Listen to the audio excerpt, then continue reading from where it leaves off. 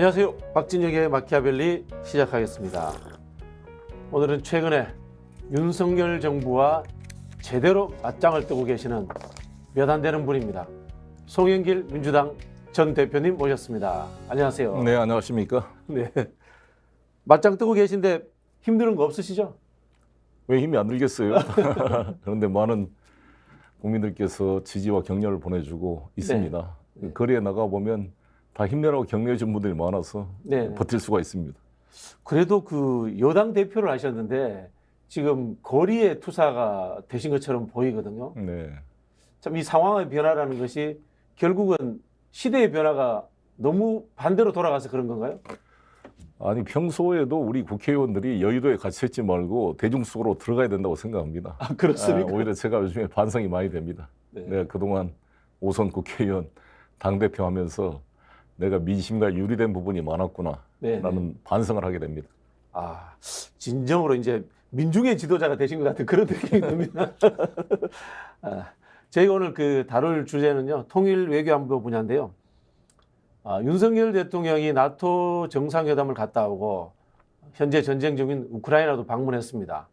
그런데 여기에 대해서 평가가 제대로 없어요. 김건희 여사의 명품 쇼핑 때문에 모든 이슈가 가려져 버린 거예요. 그러다 보니까 전문가들은 나토의 방문 자체, 그 다음에 우크라이나에 간 것 자체가 큰 문제점을 갖고 있다. 이런 지적을 하는데 여기에 대해서 제대로 지적한 분이 없어서 오늘 송영길 대표님께 이걸 저희가 집중적으로 한번 여쭤보려고 합니다.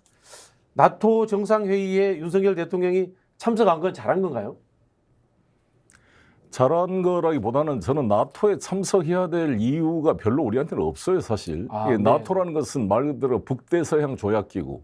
옛날 그렇죠. 냉전 시대 때 소련의 동구권 그 장악, 그다음 서유럽에 대한 안보 위협을 막기 위해서 만든 거잖아요. 그렇죠. 그게 1949년도에 만들어졌습니다. 나토가. 우리 6.25 직전에. 2차 대전 끝나자마자 만들어졌죠. 바로 만들어졌는데 네.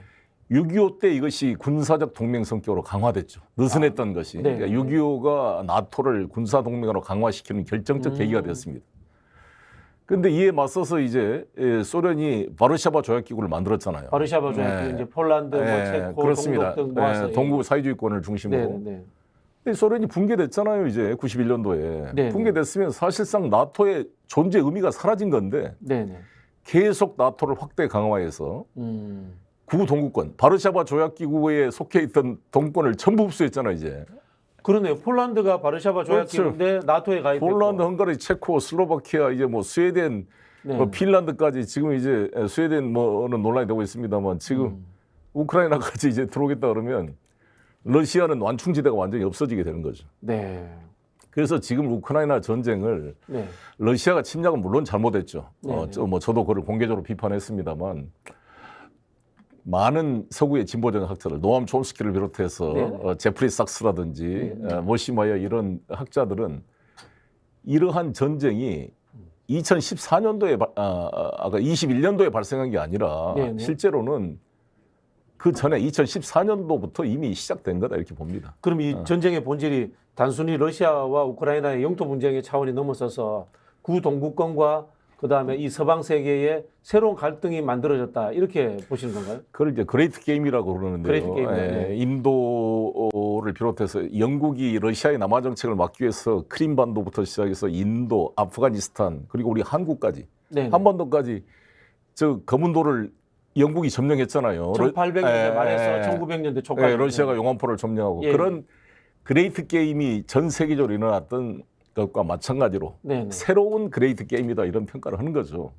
그래서 우크라이나 전쟁을 프록시 워, 대리전, 미국과 러시아의 대리전 뭐 이런 표현도 씁니다만 그렇더라도 이것을 끝까지 외교적 문제로 해결하지 않고 전쟁에 의존한 것은 잘못된 거죠. 그런데 이게 우리 한국 전쟁 때처럼 공산주의와 민주주의 대립 이런 게 아니잖아요. 그렇죠. 지금 러시아가 소비에트 연방공화국은 아닙니다.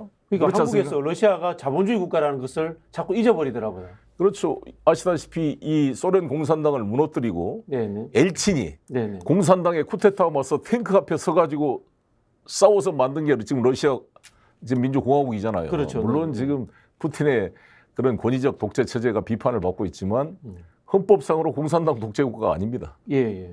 어찌됐건 형식적 민주주의 국가이고 느낌은 박정희 시대 이런 느낌이 그렇죠. 그런 느낌이죠. 네네.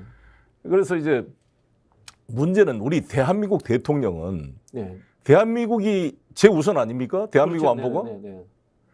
근데 러시아가 지금 우리 대한민국 안보에 위협이 되고 있습니까? 실질적으로? 전혀 그렇지 않잖아요. 오히려 교역 상대국이고 우리가 지금 150개가 넘는 기업이 러시아에 투자를 하고 있고 또 우리 많은 고려인들이 살고 있고 그렇죠. 또 우호적으로 관리를 해야 돼요. 북한의 경제 제재, 북한의 북핵 포기를 설득하는데 아주 중요한 파트너가 러시아입니다. 육자회담 때 러시아가 육자회담 당사자기도 한국에게 굉장히 우호적이었다 이런 이야기를 많이 들었습니다. 그래 러시아가 우리 대한민국 안보에 좀 위협이 되기보다는 오히려 우리 경제나 안보에 도움이 돼야 하는 상대인데 왜 나토에 가서 저렇게 오지랖을 넓혀서 러시아의 적대적 전선에 서려고 저렇게 발버둥을 치는지 이해가 됩니까? 완전 이해할 수 없는 것이죠. 그러니까 이게 무슨 일부 이제 국민의힘 의원들이 우크라이나가 6.25 때 우리를 도와줬으니까 당연히 도와야 된다 이런 그 말씀을 한 거 보면 얼마나 얘기랑 공부가 안 돼 있습니까? 그때는 우크라이나는 6.25 때 소비에트 연방공화국의 그렇죠. 한 행정부역이었습니다. 그렇죠. 엄밀한 의미에 우리의 적국이었던 거죠. 그렇죠. 그 6.25 때를 봐서 도와주자는 것은 전 이치 안 맞는다고 생각합니다. 일단 뭐 나토에 간 것도 문제다 이런 말씀을 하셨는데 우크라이나에 간 건 더 문제 아닌가요? 전쟁터에 가서 그렇습니다. 사적생으로 싸우겠다. 근데 주어는 없어요. 누구하고 싸우겠다는 말인데. 아니 그거는 뭐 러시아하고 싸우는 우크라이나를 지원한다는 의미겠죠. 지금 한국하고 러시아가 수교가 된 국가지 않습니까? 전략적 협력 관계에 있는 거죠. 아이고 수차례 지금 러시아를 다 방문했잖아요. 우리 박근혜 대통령은 정말 푸틴과 수차례 정상회담을 했고. 그렇죠. 그리고 계속 강조하지만 소련과 국교를 정상화하고 중국과 국교를 정상화한 사람은 우리 민주당 정권이 아니었습니다. 노태우 정권 때 다 했습니다. 그렇군요. 근데 그 정권을 계승한다는 국민의힘이 지금 정체성이 없어진 거 아닙니까? 거의 지금 윤석열 대통령의 이런 그 말씀하신 거나 하는 것은 거의 서북청년단 대표, 거의 무슨 어버이연합 대표 수준의 지금 발언을 하고 있어요. 그게 저는 이게 헌법 위반 행위를 하고 있다고 생각하는데요. 헌법 위반 행위라고요? 왜 그러냐면 우리나라 헌법이 전문의 평화적 통일을 기본으로 하게 돼 있고요. 헌법 제4조가 대한민국은 통일을 지향하며 자유민주적 기본 질서에 입각한 평화적 통일 정책을 수립하고 집행할 의무를 가지게 돼 있습니다. 우리 헌법 제69조에 대한민국 대통령은 취임식 때 선서를 하게 됐습니다. 나는 대한민국 대통령으로서 헌법을 준수하고 국가를 보위하며 조국의 평화적 통일을 추진하도록 돼 있습니다. 하겠다고 서명하는데 이 정권이 지금 들어서 1년이 넘었는데 이 정권의 평화적 통일 정책이나 뭐 이런 게 제시된 게 있습니까? 전두환 노태우 때도 그런 게 제시가 됐는데 한반도 무슨 선언 같은 게 돼 있는데 아무것도 없잖아요. 박근혜 대통령도 뭐 되든 안 되든 드레스덴 선언이라도 하고 그랬는데 오히려 통일부를 축소해라. 통일부가 대북 지원부냐. 그래서 저는 우리나라 그 국민의힘 대표님과 윤석열 대통령께 말씀드리고 싶습니다. 북한은 우리에게 이중적 존재잖아요. 우리 대한민국 안보를 위협하는 측면과 또 같은 민족으로서 통일의 대상인, 화합의 대상인 이중적 존재이기 때문에 우리 대한민국 헌법도 평화적 통일 정책을 추진하게 하도록 명시하고 있습니다. 그리고 국가보안법으로 체제 위협적인 부분은 대응하고 같은 동포인 부분은 남북교류 협력에 관한 법률에 따라 하게 돼 있잖아요. 그래서 경기도지사 이재명도 모든 도지사들이 옛날에 뭐 손학규 지사도 마찬가지고 다 대북 협력을 했던 겁니다. 그렇죠. 협력은. 법률적으로 남북 교류 협력 기금이 있습니다. 그렇죠. 남북 교류 협력에 관한 법률에 따라서 하도록 되어 있죠. 그런데 지금 윤석열 대통령의 지금 발언들은 아예 이중적 측면 중에 이 통합의 대상, 평화 통일의 대상이라는 측면은 거의 사라지고 오로지 적대적인 감정만 부추기고 있는데 이것이 안보를 강화시키는 게 아니라 훨씬 유협시키고 있잖아요. 그게 이번에 켄터키호 핵 잠수함 방문에도 나타났다고 생각합니다.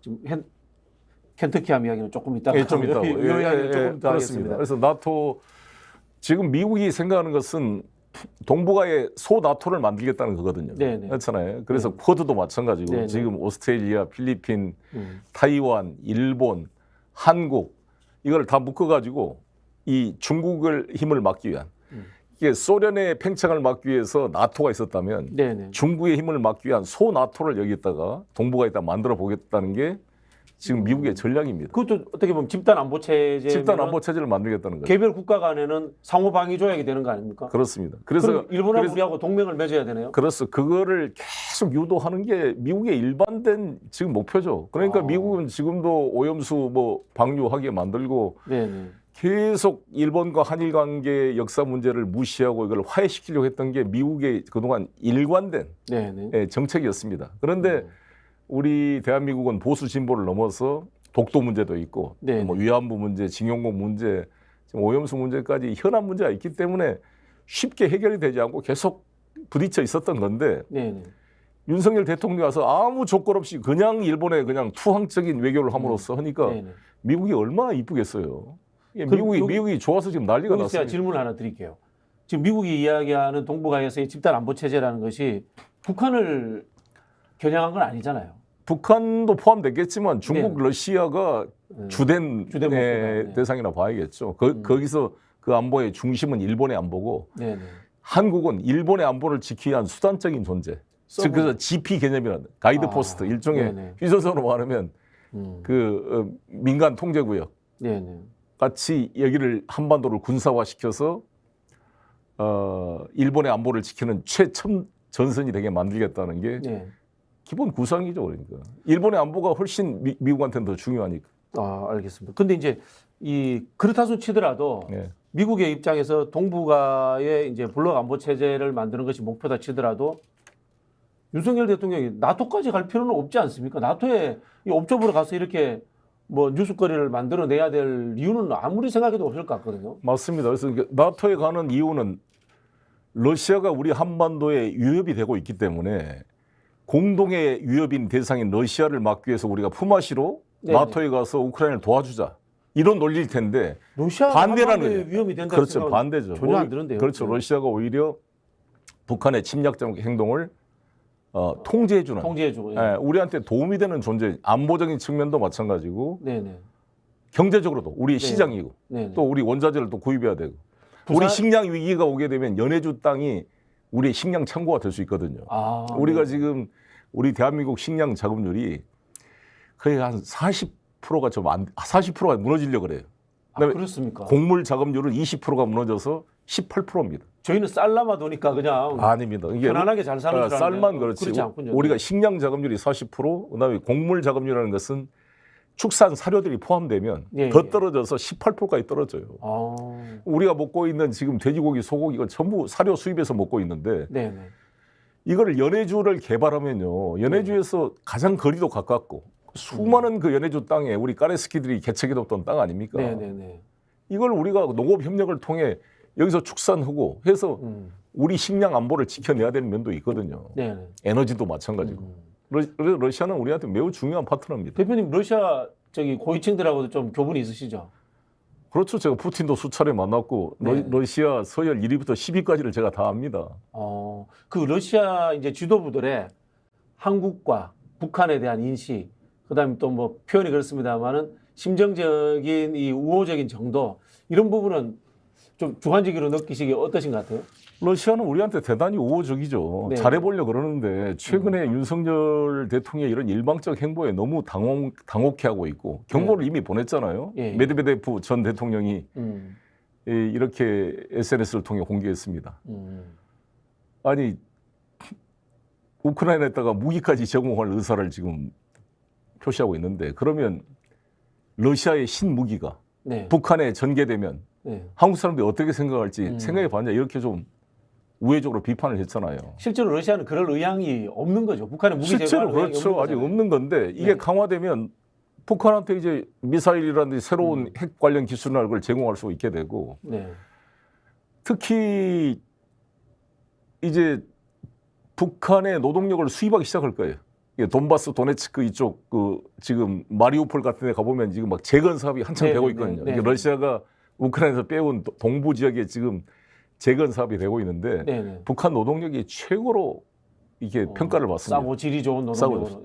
그러니까 북한이 노동력 제공 문서를 표시하고 있고 아마 되고 있을 겁니다. 조금씩. 근데 이게 되고 북한의 식량 공급을 해주고 북한이 네. 거기에 따라 기름이나 에너지를 받게 되면 유엔 경제 제재가 다 아무런 이제 의미가 없어지게 되는 거죠. 네. 그러니까 윤석열 대통령이나 보수 세력이 말하는 북한에 대한 경제 제재, 네. 북한에 대한 압박, 이게 완전 구멍을 뚫어 놓는 행위를 하고 있는 거죠.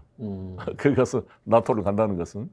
금방 말씀하신 내용 중에 러시아가 이제 돈바스라든가 점령 지역에 대해서 재건을 한다라는 이야기는 결국은 전쟁을 어느 수준에서 종결하겠다라는 흐름으로 갈 수도 있겠네요. 바뀔 수도 있겠네요. 현상 유지적인. 그렇죠. 이게 푸틴에 대해서 이제 여러 가지 시각을 이제 서구성은 제2의 스탈린처럼 봐서 전체에 대한 침략, 우크라이나뿐만 아니라 우크라이나의 침략을 방치하면 그 다음에는 폴란드, 헝가리, 스웨덴, 핀란드가 될 것이다. 이렇게 계속 이제 이 푸틴을 네. 악마화해서 위협을 강조하고 있는 게 나토의 분위기잖아요. 네.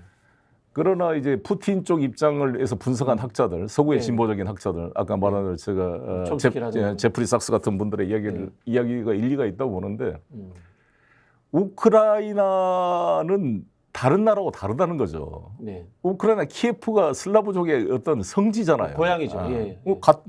지금 젤렌스키도 러시아 말을 더 잘해요. 우크라이나 말을 잘 못합니다. 오히려 제1 모국어가 러시아일 정도로 우크라이나 러시아는 거의 언어나 핏줄이나 문화가 같은 형제처럼 섞여 있는 나라이기 때문에 다른 나라, 스웨덴이나 핀란드가 나토 가는 거는 그것도 아프지만 수용할 수 있는데 우크라이나가 나토로 간다는 것은 러시아로서는 꼭 푸틴이 아니라도 다른 지도자라도 용납할 수가 없는 거죠. 그래서 예를 들어서 이렇게 제프리 삭슨 이야기입니다. 만약에 캐나다나 멕시코가 중국의 군사 동맹국이 된다고 생각을 해보십시오. 헐. 플로리다 반도에 중국의 군사 기지가 만들어진다고 생각해 보십시오. 워싱턴이 가만히 있겠어요? 받아들일 수 없어요. 쿠바 미사일 위기가 왜 발생했습니까?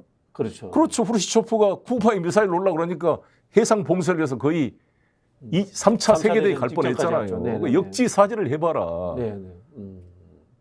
EU에 들어간 건 오케이.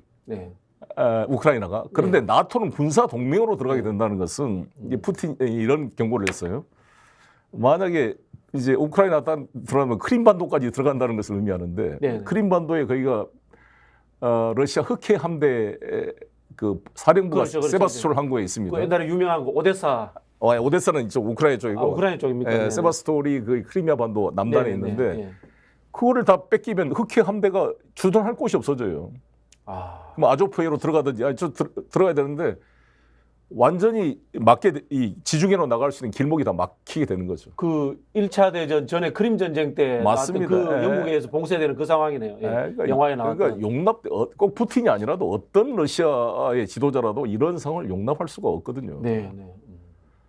그런데 그거를 그냥 다 나토에 거기서 만약에 미사일 기지를 만들어지면 7분 이내에 모스크바에 미사일이 도착한다는 거 아니에요. 그럼 요격이 불가능해집니다. 모스크바가 완전히 위협에 노출되게 되는 거죠. 그들로서는 그 레드 라인을 넘지 말아라. 계속 나토 가입은 안 된다 했는데 왜 그렇게 나토 가입을 서두르는지 저는 이해가 안 되고요. 그래서 저는 제가 우크라이나 부총리도 만나고 우크라이나 국회의원하고도 지금도 소통을 하고 있는데요. 제가 그랬어요. 좀 천천히 해라.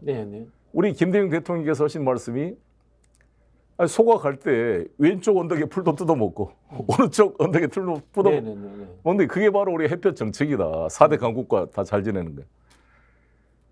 아니 우크라이나가 그렇게 갈 필요가 뭐 있냐고요. 중립지대에 있으면서 EU로부터도 지원받고 러시아로부터 지원받고 이해할 수 없어요. 대만도 마찬가지예요.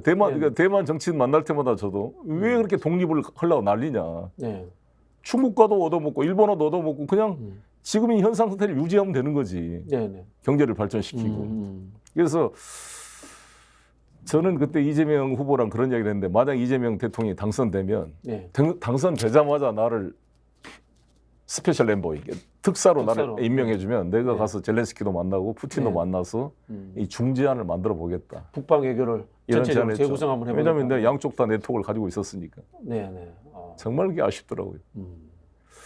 지금 이제 아프리카 국가들이 이번에 중재하러 젤렌스키를 만났습니다.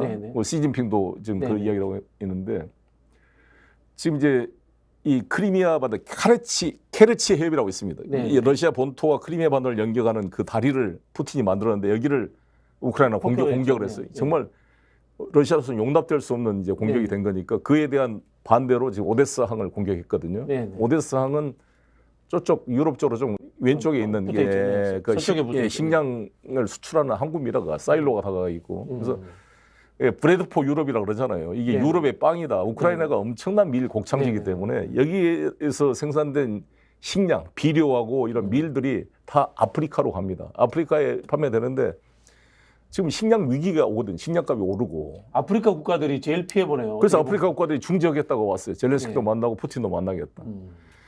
이런 아프리카 국가처럼 우리 대한민국의 스탠스는 러시아 침략 전쟁 반대. 네. 그러나 이것을 평화적 해결의 원칙.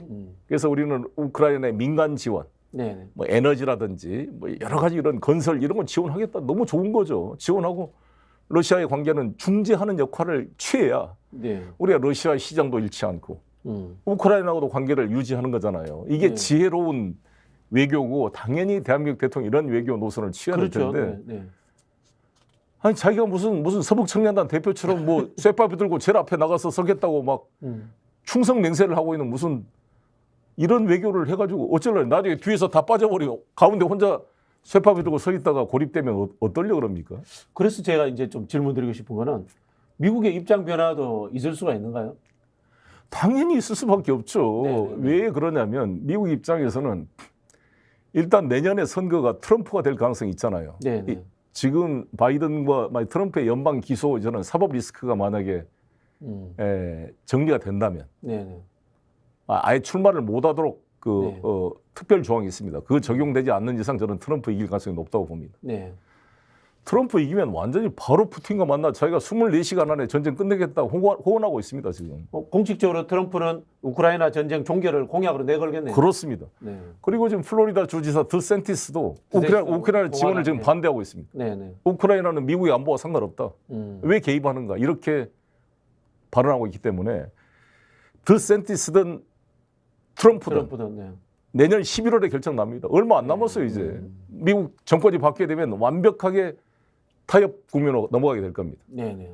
그럼 우리는 가운데서 지금 애매한 상황이 될 수가 있는 거죠. 자, 결국은 전쟁이 종결되는 거는 한쪽이 완전히 점령하거나 한쪽이 완전히 지는 것이 아니라 타협에 의해서 종결되는데 한쪽 편에서 표현이 그렇습니다만 대표님 표현처럼 쇠파이프 들고 앞잡이로 싸웠던 나라에게 재건에 참여할 수 있는 기회를 줄까요?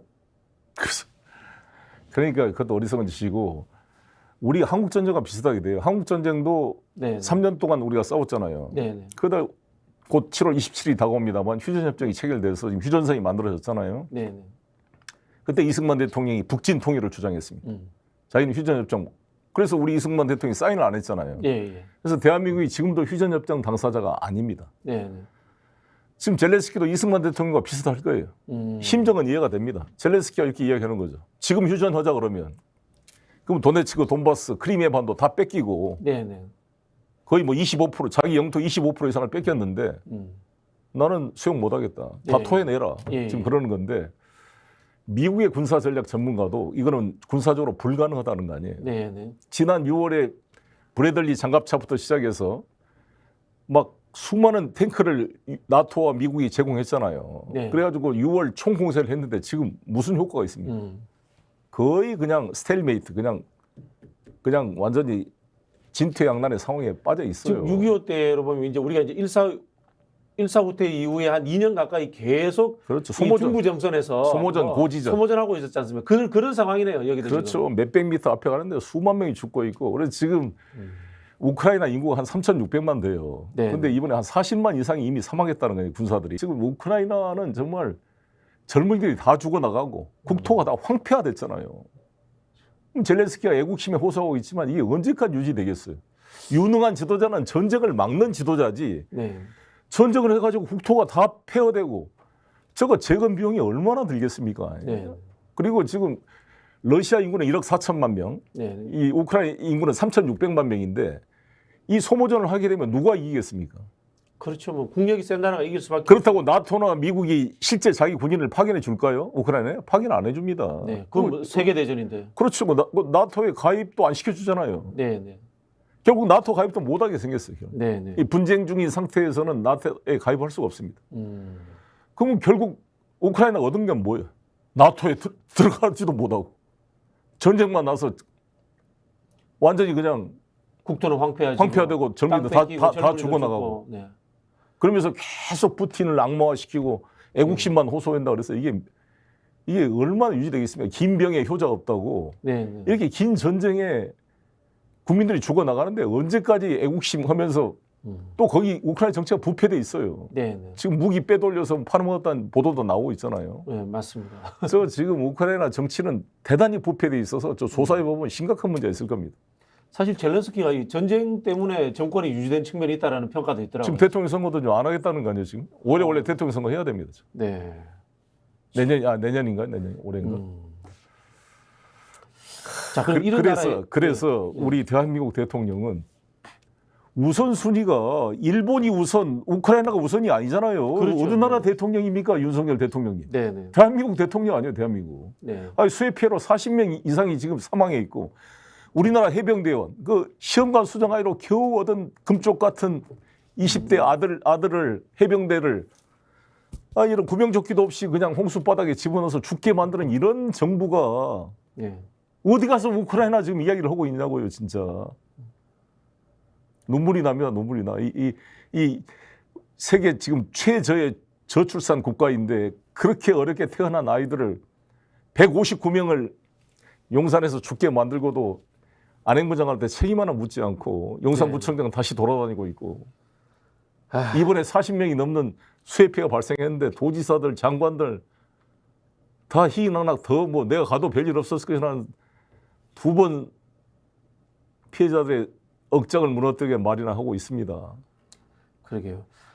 이런 국내 상황이 국가적 위기인데 근데 뜬금없이 미 핵잠수함에 탑승을 해가지고 부부가 같이 사진을 찍어가지고 지금 온 언론에 지금 나오고 있습니다.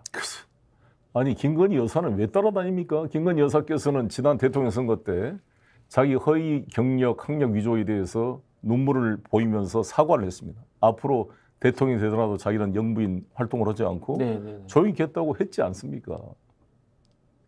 정말 너무 심한 거예요. 누가 대통령인지 알 수가 없다 그런 거 아니겠어요? 마치 김건희 대통령을 윤석열 경호원이 수행하고 다니는 거 같지 않습니까? 지금 모든 게.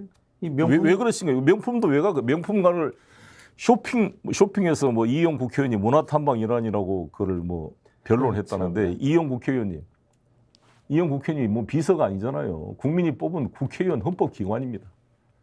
환관이 아닙니다. 이 대신과 환관을 구별하세요. 국민의힘 국회의원 여러분. 아니 자기가 알지도 모르잖아요. 수행해서 따라가 봤어요. 김건희 여사를. 한 번도 따라가 보지도 않고 김건희 여사와 직접 통화를 해서 이야기를 들어봤습니까? 왜 그렇게 알아서 충성하느라고 그렇게 과잉 반응을 보이고 계십니까? 나중에 부끄러운 일이 될 것입니다. 그리고 명품에서 어떻게 호객 행위를 합니까? 제가 파리에 5개월 동안 살았잖아요. 예. 제가 다니는 집에 가면은 이 명품 거리가 있습니다. 몽테뉴 에버뉴 몽테뉴라는 데가 있어요. 그 이제 샹들리제 그 루스벨트역과 연결되는 도로인데 거기가 샤넬부터 시작해서 크리스찬 디오로 뭐 그 제대로 된 명품 파리에 있으니까 그거 다 있는데요. 거길 내가 지나갈 때 보면 다 몇백 명씩 줄 서 있어요. 줄 서서 들어가잖아요. 줄 서서 못 들어갑니다. 호객 행위라는 있을 수 없어요. 명품 가게에. 그래서 지금 우리나라 방송사들 빨리 리투아니아에 좀 특파원 보내가지고 취재 좀 하세요. 취재하면 바로 나올 거예요 아마. 이번 국정감사 때 꼭 밝혀지기를 바라겠습니다. 네, 국정감사 이야기하시니까 윤석열 대통령이 혹시나 살상 무기에 대해서 젤렌스키 대통령과 지원이라든가 뭐 그런 이야기가 있었을 우려도 있을 거 아닙니까? 있잖아요, 사실은 윤석열 대통령 스타일상. 아니 이미 155mm 폭탄 50만 발인가요? 그게 미국을 통해서 간접적으로 폴란드에서 다 전달되고 있는 거 아니겠습니까? 그런 의심이 크잖아요. 근데 이제 폴란드는 어쨌든 직접 전쟁 당사자는 아니니까 우회된 거에 대해서 우리가 책임은 덜 수 있습니다만은 우크라이나에 대해서 그런 지원 이야기가 나왔다면은 이거는 사실은 국회 동의를 받아야 되는 거죠. 살상 무기 같은 경우에. 그렇습니다. 그리고 이것은 필연적으로 러시아의 북한에 대한 무기 지원으로 연결될 수가 있기 때문에 대단히 한반도의 안보를 위협하는 행위죠.